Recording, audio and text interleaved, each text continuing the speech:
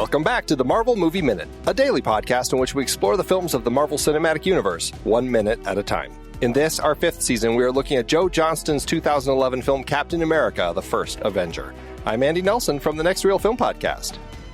And I'm Pete Wright, also from the Next Reel. And you guys, for those of you who are on the edge of your seats like I was, when the clock counts down to 0, it's not a cake.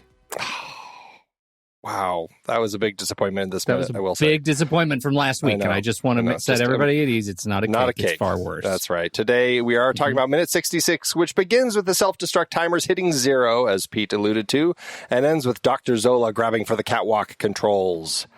Joining us on the show today, we have returning guests, Andrew and Joe Darowski. Hello, you two. Thank you for having us on. Hello. We are thrilled to have you two back for yet another season, another chance to talk about Marvel, and in this case, Captain America. So minute 66, we're coming in on this. It was quite the cliffhanger last week as we ended on 2 seconds. And it took us a whole weekend to get to figure out that, no, it's not a cake, but in fact, it's not a cake. The factory. It is emotionally dispiriting. I was not ready for that. Not even a little bit. The factory is blowing up. How does this play for the two of you? Seeing that, I mean, we've got this Hydra factory that they have. It's full of weapons that they're building. And with a flip of a few switches, Schmidt's like, nah, I'm just going to blow it all up. How does that work? I mean, I guess it makes a ton of sense from a what kind of perspective? From like a military intelligence perspective. Like they're destroying the evidence or whatever. Yeah. Like we can't let them copy our advanced technology. And in his case, he's like so convinced that he's the superior scientist that he's like, no, this is my technology. I cannot let it, be discovered or fall into the wrong hands. So it's either mine or it's dust. Very much so. This is the all or nothing binary thinking authoritarian, also guy who wears a flesh mask kind of thing. We don't know that yet. Oh, right. But don't we get a little tease of it this minute? This very minute, Andy? His face is a little loose. Where something's going on. Well, it could have just been a really damaged eye. I mean, I don't know. One super soldier punch just ripped the flesh. Right. Yeah, exactly. I think for the whole explosion thing, just from a pulpy adventure sense, the little clock with the flip numbers going down and then leading the explosion, that's great. I don't know that we needed it 3 times in a row in quick succession to start off the minute. I think when you're in a military complex, once you set off one explosive, the audience is fine if multiple explosives start to go off. I know this goes into a previous week, but is it weird that he had to initiate 5 separate countdowns in sequence? It was more like 8 to 12. There were a lot of switches. Why? Yeah. I just want to blow up this one middle portion of the factory in 5 minutes time. I'm just going to do countdown clock number 4. No, that's not a thing. Everything else is fine. But this one, it's I think it was always going to be all or nothing. I like the methodical, in sequence of it all, but it's also okay. Also, it doesn't blow up the whole factory on the countdowns. No. It just starts explosions. Well, it starts explosions, and I don't know, my sense of it never really is designed to bring the entire thing down. It seems like the intention is maybe just, as you were saying, the intention is to destroy all signs of the munitions and everything that they're working on inside, but they don't really care about, knocking this entire factory to the ground. It's a factory. It's you have to keep the catwalks up in case you have heroes standing on them. Or villains. Heroes or villains. Yeah. Everybody needs a fair chance to escape. If you're still escaping. Well, that's a matter of point of view. That's true. I hope they look at this and they say, our timers need an adjustment. We did not have enough time to get out of this building before the explosion started. That countdown was off by several minutes. That was another question we had in those previous minutes. Why 7? Was there something specific about 7 that he's we can do it in 7? It's going to really make the men work harder. They ran drills. Everyone go. We got a little stopwatch. Okay, it looks like 6:45. Everyone's out. Let's just make it 7. We'll be good. It should have been 10. Well, maybe it was 10 minutes. And when he told Dr. Zola in the previous set of minutes, I want everything done 60% faster. Maybe he said, well, I guess that means the countdowns too. Let's wind those down to 7. I never made that connection, Andy. That's brilliant. Everything is faster by a percentage. That's so great. It's just, oh my goodness. It's crazy. I also was wondering, though, we're not seeing any of the troops. I guess all of the troops have gone out to the compound outside to battle all the escaping POWs, the Howling Commandos and all of them. But I was thinking there must be some other people, the accountants and stuff, like the Hydra accountants, whoever it is who's doing No, the ones who are still there are the ones who couldn't make it in 7 minutes. Well, that's my point. The rest were able to get out fast enough. And from his perspective, if they couldn't get out in 7 minutes, they deserve They deserve to be incinerated. Why would we want them alive? Such a strange system. I don't know. Maybe a lot of people are doing remote work. He pioneered remote work during World War II. That was his major innovation. And just nobody talks about it because you don't want to reference Hydra when you're talking about the great things that they precisely. The trains were really on time. Hydra really had a tremendous innovation here. We're going to take advantage of it. Awful. So another question I have about all of these explosions, a lot of this stuff presumably is, we saw them building, incorporating this tesseract technology into the bombs and stuff that they have down there. We saw those wheels that were full of those little tesseract energy cartridges. Should there be some blue explosions down here? Do you feel like it's odd that we don't see any sign of tesseract energy going up in the explosion? Any thoughts on that? That definitely would have made that feel more distinctly, Marvel superhero explosion happening here rather than generic World War II pulp hero explosion. Yeah, I guess the implication is they got all of the special tech out, and then they're just blowing up, essentially the housings, where the battery would go in. Yeah, so none of the blue goo is actually being exploded. But it would make more sense for there to be some blue effect to it. I've got to say, I think the explosions do look fantastic, right? I can tell that they're miniatures when I'm looking closely, but they're really blowing up, cheap plastic junk. Right. And that has a nice texture to it, which I don't know the last time we saw a miniature actual explosion in a Marvel movie. It's probably all CGI at this point. And so having, actual tiny debris is really affecting in this. It does give it a texture. And then if you throw in the blue, then it would that would be immediately a CGI effect, and that would kind of undercut the I don't know, the feeling of this sequence. It feels very old school, kind of Star Wars-esque, which I know would be a Joe Johnston, Sure. connection. Yeah. And everything. But it feels like, those explosions in Star Wars. Right. Well, and there's something, I suppose, when we see Dum Dum Dugan and his team take the tank and they blast it, or no, I guess it's not when it's when, who's it, Dernier, who picks up the gun, and when he's talking to Marita, and Marita asks, do you know how to use that? And he blasts it, and it takes out a whole corner of the building. That explosion is just an explosion. There's no blue in it. So I guess to that end, yeah, it seems to be, and I think we talked about this a little bit last time, Pete, when it's hitting people, that's when it seems to kind of do the blue, you just disappeared into a pile of, blue puddle. But otherwise, explosions are just explosions. That we headcanoned the set to explode people switch that must be on the weapon. That there's a matter and organics switch that they're obviously flipping there. Yeah, which means that all of the stuff on the factory floor, for safety reasons, is all just set on matter, set to matter, not people. Yeah. Inactive, right? Yes, yeah, dormant. I think that works. Can I just say, just a note on the production design? The best shot for me in this entire thing is at 19, when there are two little guys who are running up the stairs and you have the concentric ovals going back into the perspective. I love that so much. It is irrational. I want that as a poster. Yeah, I just scrubbed to that. I was ready to come talk about minute 18 to 20 or second 18 to 20 of this minute. I had scrubbed to that exact point. So I am 100% with you, Pete, that something about the visual aesthetic that we get, the amount of care that's taken to, compose this shot and to design this look of, I don't know what I'm actually supposed to be looking at, but it's so cool. Yeah.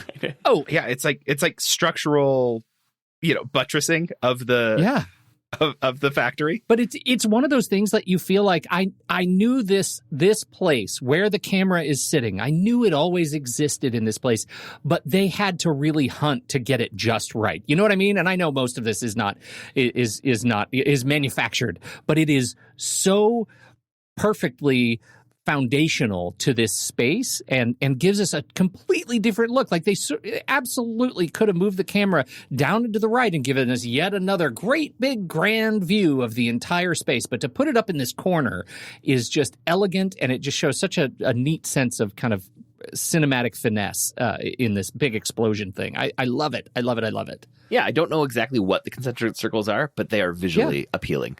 Just to have them there and our heroes running toward, it feels like we're moving up into that space. Right. Well, it creates an interesting, like, flying buttress sort of look that they would have incorporated into their kind of construction for this space, which is interesting. And when we saw it from the exterior, it did, like, the front of the whole building did kind of lean in almost like a pyramid. So it would make sense that they have some sort of buttressing like this to kind of support that. And it's just, but it is, it's such an interesting shot. And I made a note of it too. I love how it's not just the fact that we get this wide shot as the two of them are running up the stairs, but even as you look like all the way down the length of it, you can see how the firelight is playing through the gaps between them. And I think it's such an interesting design that they went to such lengths to kind of create like that. You know what it is? It's the same reason. This is a throwback. I love this for the same, like, irrational reasons that I love Stromberg's undersea lair in Spy Who Loved Me. Like, that big octopus thing with all the round curves and the legs that came up when it rises up out of the sea. Like, I think it's that same sort of, like, we can do things that feel substantial and look beautiful and also are supremely organic and are functional. Like, this is a giant manufacturing facility of evildoers, and yet it still has some organic beauty to it, and I think that's a nice touch. And I think it shows the care and the craft. Like, this is literally on screen for 3 seconds. 3 seconds that we get this angle that's going to show us those concentric circles, and the fire escapes where they are and the explosions in the background. They took the time to go get that shot for this 3 seconds of screen time.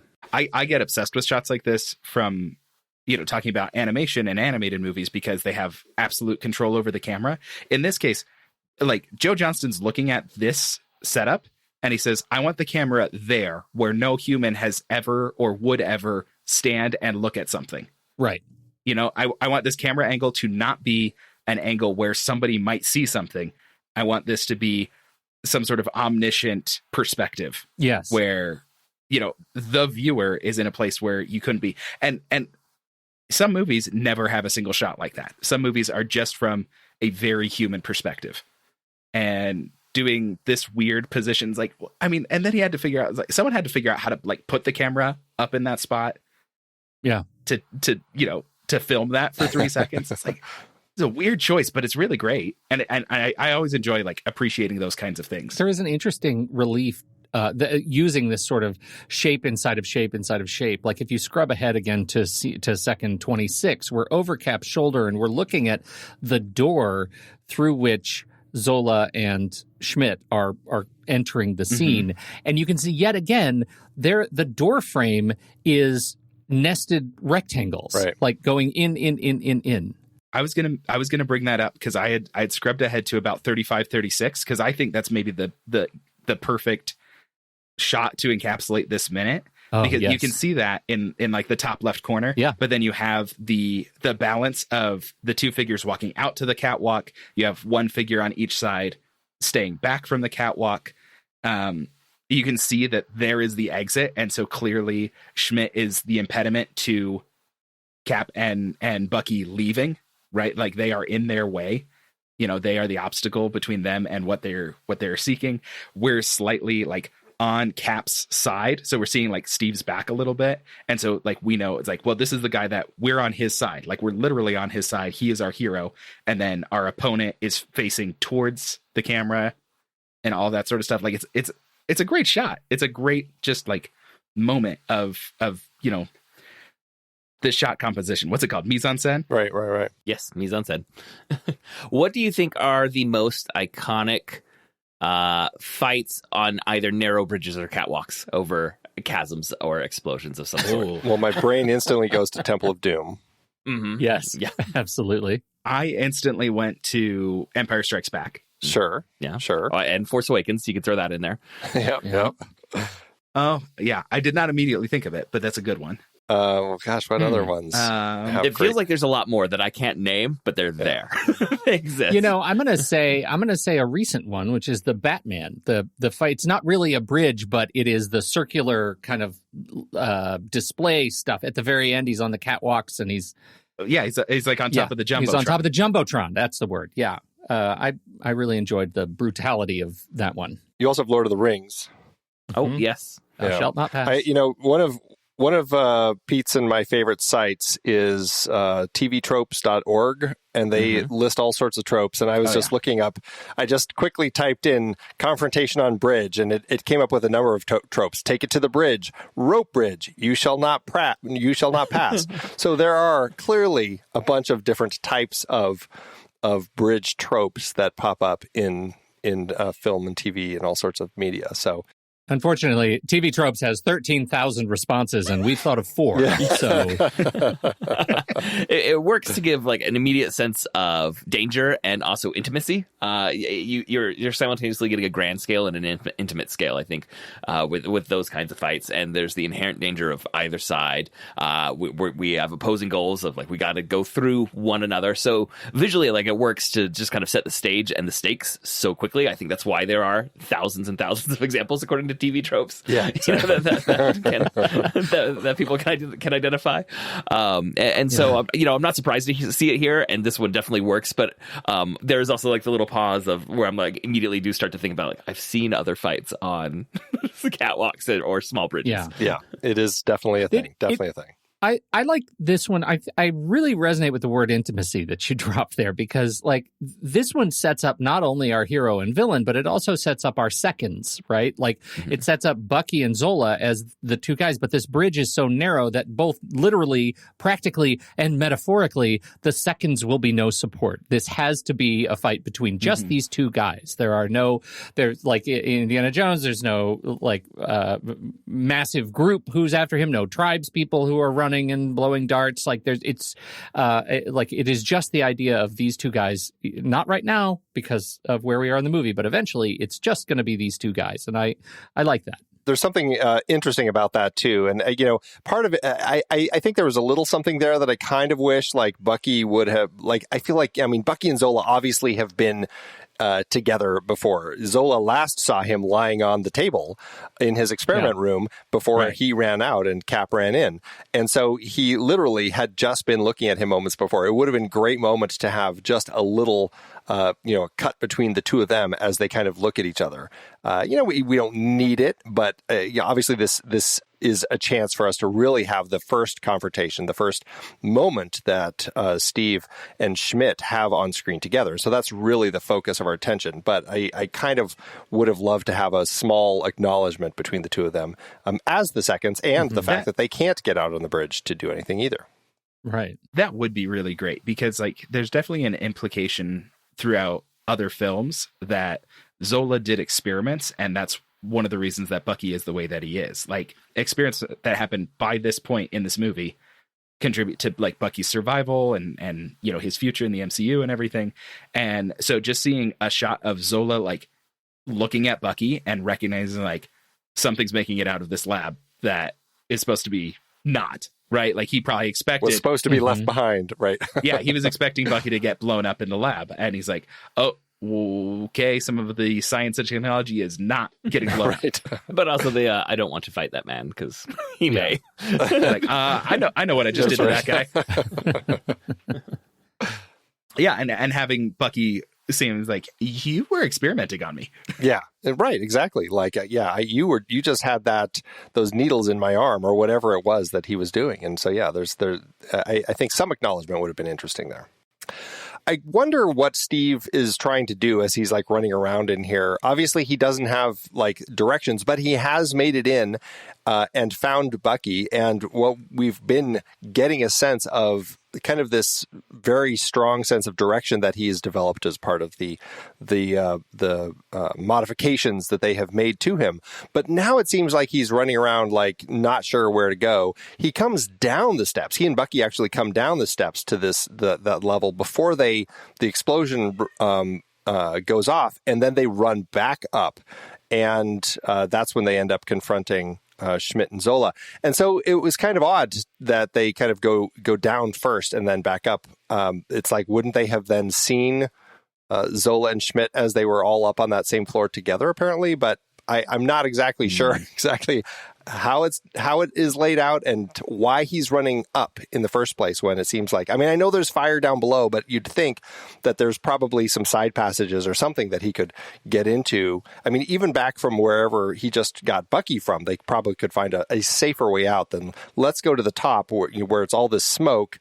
And we won't worry about the fact that we can't breathe up here. We'll make it out somehow. Your comments have just settled into my brain. It's like, oh, it's a new example of like the classic OSHA violation where the villains don't have guardrails in their buildings. Like, they also don't have exit signs, because if this was just up to code with the lighted exit signs to guide anyone out in case of fire, it's like there'd just be the green or the red sign pointing with an arrow, exit this way. It's like they'd be out.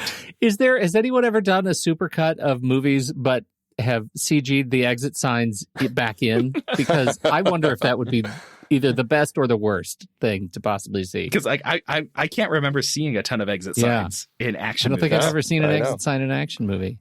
There's always times when people are like looking for the way out of the building, and it's like, well, there's exit signs all over the place, or like there's signs in case of fire, like next to elevators and stuff. There's always like signs that point to the exits. Like, it's part of building code. Yeah, that's amazing. That would be funny to have them in here and then just clearly have the people never paying attention to them. Right. Well, their action stars can't actually see exit signs. Well, we know they have a peripheral vision problem, Pete. We already know definitely have a peripheral vision problem. We can't find a way out, and they start going down a hallway, and it pans up to an exit sign pointing in the opposite direction. Way out this way, right? So when do we get to talk about the punch? Before the punch, I just want to quickly do a little German translation.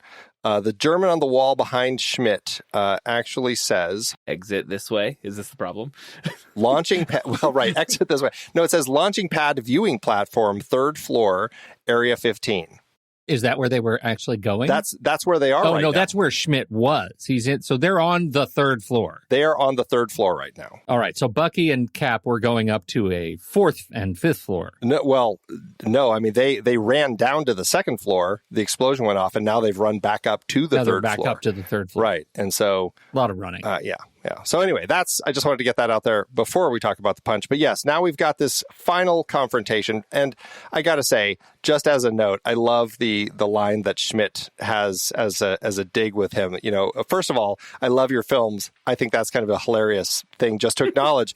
I know what they're making you do, and it's not fighting. You're actually just a cheesy actor, which is hilarious. And then his little dig of not exactly an improvement, which I think is pretty funny. Right. Well, it's the real dig is before that. Captain America, how exciting. He's meeting a celebrity. It is great. It plays that way. Like there's something about the way that Schmidt is doing this and saying these lines that I think it's all meant to kind of dig at Steve, and the fact that, you know, Steve might be this super soldier, but what they're having him do is perform in movies and just try to be an inspiration to the people in America and the troops, which is pretty funny. Yeah. It kind of gives an effect. He's like, I love that the Americans have an equivalent to me, and they're wasting him. Right. Like, they can't even use their weapons right. Yeah. It's so funny. There's also an acknowledgement, I suppose, at this point that, when we saw Schmidt see him on the monitors earlier in this sequence, that, this is really the first time that he has had proof that Erskine did actually manage to create a super soldier, and maybe not a whole army of them, but he did create one, as he sees this actor, as he's kind of acknowledging here, who is actually taking on his whole set of troops by himself and doing an exceptional job. And so, so I think that there's an interesting element here where he's also saying, I see that Erskine did it, and this is that chance for the two opposite sides of Erskine's experiment to come together. So, so let's talk about Steve and his instant reaction to punching him. Is that because he has punched Hitler so many times that the very first thing he does is just punch? Like, this is my go-to move. I've been training for this on the stage for. This is what I've done this over 200 times. I'm ready.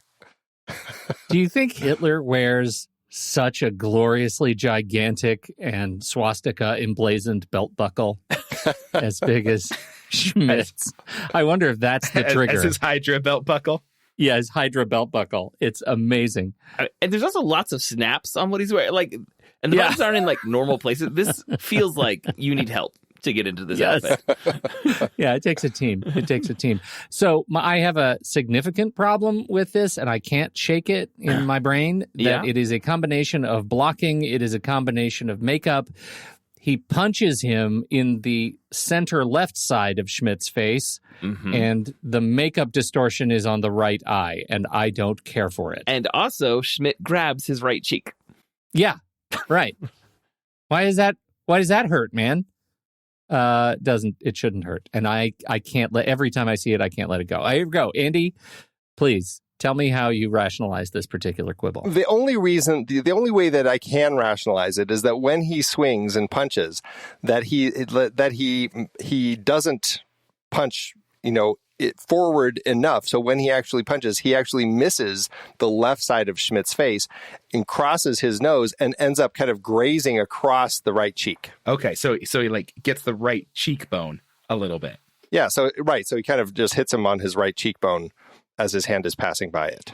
I was going to say that he's not holding his right cheek out of pain. He's just trying to massage things back into place. He's my mouth is out of sync, my breathing's funky now, and so it just dislodged mostly to the right. But I understand the complaint, and I had never thought about it before.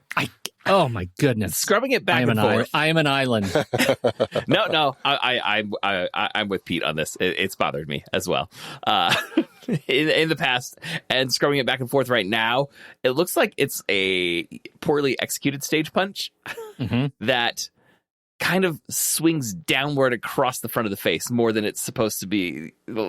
It just doesn't quite work when you're looking at it as closely as we do in this podcast, which in the theater, it's true, you don't do. And so you understand how it ends up in the film, and most people will never have this discussion. Yeah, but exactly. Boy, when you look at it, do you start to see? Yeah, frame by frame, Schmidt's head goes down, then back the wrong direction. You can see how, probably Joe Johnston's intentions were when you have that moment after the punch and you just see Hugo weaving the left side of his face and he's holding the right side. It gives us a chance to have the reveal as he raises his head up and reveals the eye looking all funky. I can see him wanting to stage the punch that way just so you get that interesting reveal with the way the mask is kind of pulling there. But otherwise, you have to really stretch the whole thing to say, he cross punched him and he ended up grazing the right cheek instead of actually nailing him on the left, which doesn't make any sense, really. Yeah, that barely tracks. No, I know. I will say the mask shifting when he lifts his head up. That moment works so well, I immediately forgive the punch. Because it is a very cool moment. Oh, yeah. And I almost wish we didn't have the close-up stinger of the face that comes closer to the end of this minute that really, makes the audience hyper-aware. Oh, no, something's going very wrong with his face. I wish it had been left at that slight distance that we get with the first, couple times that there's, what? Where you almost are, leaning in and saying what's going on with his eye. Right. Mm-hmm. Yeah, I do agree, because you're right. Right at 56, we have that real close up of him, and you can see how the eye is torn and the mask is torn, and it might be a bit much for the suspense of the reveal. Do you think? I mean, I'm trying to remember the trailers for this. Did they actually reveal? I'm going to pull the trailer up and scrub through it. I'm trying to remember if they reveal the Red Skull look in the trailer, or if we only see Schmidt with his human mask on. Because I mean, obviously in the comics he was always just Red Skull, and I mean there was a point where he starts kind of putting a mask on, but there was this idea of this was just this character, and that's how he looked. And in the movie, it really seemed like they were purposefully hiding that so we could get a big reveal, and which we do at this point. So it does feel like at this point it's designed for us to start kind of getting these hints because we know what's coming. I don't remember if Red Skull is in the trailer. Yeah, I'm pulling it up. Yeah, I think we're all frantically YouTube go. While you're doing that, I'm going to talk about the kick. Like the pulling himself forward into the kick that Steve gives. I love moments like that where they're pushing it just far enough to be like, okay, because he's super strong, he can do a move like this. And if he wasn't Captain America, this is a dumb thing to do. This wouldn't work. You wouldn't get this much altitude on it. And they do a lot more of that in the Winter Soldier, where it's like, these are not practical kinds of fighting motions for a person. But if you've got a little bit of extra strength and you're a little more durable, then you can do things that are a little bit different. And I love having that kind of fight choreography in this, where he does that kick, but he's also pulling himself forward and he launches himself off of the ground a little bit into a big kick that launches the Red Skull, absurdly far. Comic book far. That's another one that I think we don't, like, looking at it not frame by frame, you don't quite see how weird it looks when he lifts himself off the ground while he's kicking. You're absolutely right. Like it looks false, but also Captain America. Yes. Like those two things. Yeah. maybe make sense. They cancel each other out. Because he goes flying backwards. He does. It's a great, like, clearly a wire rig sort of fly, like the way that he does it. He moves quite a bit. I do have confirmation in the trailer. You do see this very moment. Well, actually, the next minute's moment where Schmidt goes to start pulling the mask off, and then it does that trailer like flash, flash, flash, flash a couple times as you see kind of what's happening before it cuts away to something else. So you get hints of the actual reveal happening without fully committing. So okay. Interesting. I guess for an audience watching a superhero movie, regardless of the fact that it takes place during World War II, you want to establish some sort of creepy villain, and I guess this is that moment. Creepy enough. I'm looking at this kick, and I wonder if this is part of the trope of like fights on bridges and catwalks and everything. Is you have got to use the space outside of the two-dimensional plane that you're in. Because he kicks him high enough that if he had put a little bit sideways, one side or the other, he could have kicked him off the catwalk. Yeah. But he just went straight back. It's like, man, there was your chance. Well, is it though? Because I guess this speaks to like, the world of superheroes like these. Because I was wondering this about Captain America 2 for later in the week. But it's like if he or Schmidt happened to fall off of this, I mean, we'll get a sense that, falling from a height isn't really a huge issue for Steve. Probably isn't for Schmidt either. If they landed in fire, though, can they burn? And or would they be fine? Would they still kind of heal okay? So I guess maybe they both would end up being able to make it out of a fire, albeit, a little more worn for the wear, but they could still survive. I mean, we know they can lose consciousness. Yeah. We don't know if they can asphyxiate. Yeah, right. That would be the thing. Although I still wonder about that up here. You'd think there's enough smoke for all these people to pass out and die. But well, that's the thing. There should probably be a lot more smoke. I just think that there's a really strong ventilation system in here that they forgot to turn off in the process of blowing everything up. That's what the concentric circles are. It's a natural ventilation mechanism. It's like it's a Dyson. This whole thing was made by Dyson. It generates natural airflow. Yeah. That's exactly what it is. And purifies as it goes through. Right, of course. Yeah. HEPA. It's HEPA. The air is actually better up here. It's a HEPA factory. It's terrible out in the forest where everyone else is, but here it's great. Holy cow. So Steve punches first. He also goes for the gun. Is this because at this point, do you think that there's still a little bit of kind of a puny Steve sense as to how he's going about kind of confrontations and looking for easy ways out, or things that he thinks are going to be the quickest solution, as opposed to what he'll start doing over the course of the story? Or do you think much about like either of those things? I think it's, part of the now very well-established tradition in Hollywood that anyone who is Nazi coded can be punched, and there's no like moral ambiguity about this. Yeah. Like, it's not the wrong move for Captain America to punch first towards Red Skull. There's no honor between these two that needs to be recognized as they're doing the kind of, across the crosswalk, yes, but kind of the cowboy step into their spots to get ready for the fight. It's fine for Steve to go first on this. It's not a Han shot first sort of problem where it's like, we don't want to make it look like he's bad. It's like, but he's a Nazi. He can absolutely punch him first. Yeah. Okay, gotcha. But I do wonder, like they make a kind of a big visual deal of him losing the gun over the edge of the catwalk. Like, is that more significant, sort of a significance writ large in Captain America, that he's going to start using eventually the shield more as his projectile? Like, we have a lot of Cap with a gun and then kind of less. Like, should this moment mean more to me? I don't quite think so. Okay. And this is, one of the first examples of him truly using the shield, right? And it providing some sort of protection. Right. Mm-hmm. I love the World War II shield, like the shield-shaped shield over the round shield. I'm a big fan of this shield, just aesthetically. I think like this Captain America costume is my favorite Captain America costume.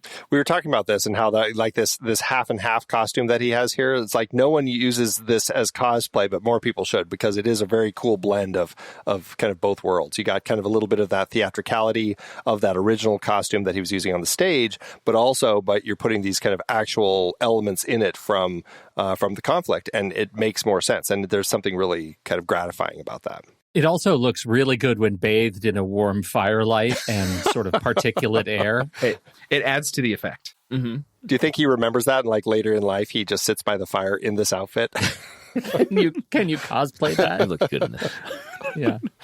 I think that the gun, though, like so Captain America is going to have the roles, as Captain America, of propaganda tool, soldier, hero. Right? And I think the gun is for when he's in this soldier mode. And when we get to Captain America superhero, that's when it's round shield protector more so than the aggressive gun. Yeah. Well, and I totally agree with that. And that's what I was wondering about this moment. Like, should this moment signify the beginning of that transformation of soldier to superhero? Mm-hmm. Well, I think mentally, this is the first time he actually is starting to go through that process. He came here because he wanted to be a soldier. That was his whole motivation from the beginning. He doesn't want to just be collecting scrap metal like Timmy. He wants to actually be in the fight, stopping Nazis. And this is his chance to come over and actually soldier. But here, he also now has run into Schmidt, who also has been infused with the super soldier serum. And this is that moment where, like, a gun isn't going to help him here. He has to start acknowledging that I have these superpowers. This is where I need to start using them. And I mean, when he's not fighting Schmidt later in the film, I mean, he'll have other means of attacking. But at this point, this is that moment where there is a visual acknowledgement for us, the audience, saying, you know what? This is superhero versus supervillain, and guns aren't going to help. Yeah, I get that. But I think that just sort of amplifies my thinking on it, which is like, he realizes, you're right. I'm a superhero against a supervillain, and I need to level up my heroing game. Yeah. Simple little guns won't do the job. Of course, he's not going to get to do much at this point, at least, because Dr. Zola has other things in mind.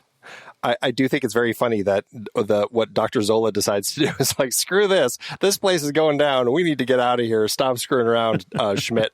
Let's vacate. And he reaches for the catwalk controls, which is, I think is very funny. Well, we'll talk about that a little bit more next time, because there's actually, in the script, there was a little more between him and Schmidt about that decision. All right. Any last thoughts from any of you about this minute? No, I mean, for me, I've covered all my notes. We do get a little more catwalk time in the next minute. So any final thoughts on that we can cover tomorrow. Indeed. Yeah, I'm good on this minute as well. All right. Well, both of you, it's been a thrill having you here to chat with us. Thank you so much for joining us. Oh, thank you. Of course. Remind everybody where they can find you on the internet, what you're up to, all that good stuff. Andrew, do you want to go first? I was going to let you go first because you have so much more, but I'll go first, and then you can rattle off the big list. Disney Animation Minute Essentials is my primary podcast that I do with my wife, covering Disney movies 1 minute at a time. But then crossing into Joe's territory, I'm the producer on the Protagonist podcast, of which Joe is the host. Yes, and on the Protagonist podcast, each week we talk about a great character in a great story, and it is an eclectic mix from 1 week to the next. You won't know what character we're going to be talking about next, and we rotate through films and TV shows and novels and comic books for that podcast. And then I also have done some academic work on superheroes and some movies and TV shows. And I believe a link to my Amazon author page is going to be up in the show notes for this, where you can go see some like essay collections about superheroes I've edited, or I wrote a book about the X-Men comic books, co-authored a book about Frasier and one about Cheers. So a few things like that if you're into pop culture studies. Fantastic. Yeah, and I think on Protagonist podcast, you're talking about, or I think I just saw you do a Sleepy Hollow on there. Is that right? Yes. Yeah. That's It'll cool. be like sometimes classic canon text, sometimes, more modern superhero comic books, anything's fair game for that podcast. That's awesome. That is awesome. We definitely appreciate both of you joining us. We'll be back tomorrow to talk about minute 62. Pete, thanks as always. I'm a great fan of your podcasts. Glad to hear it. Until next time, true believers.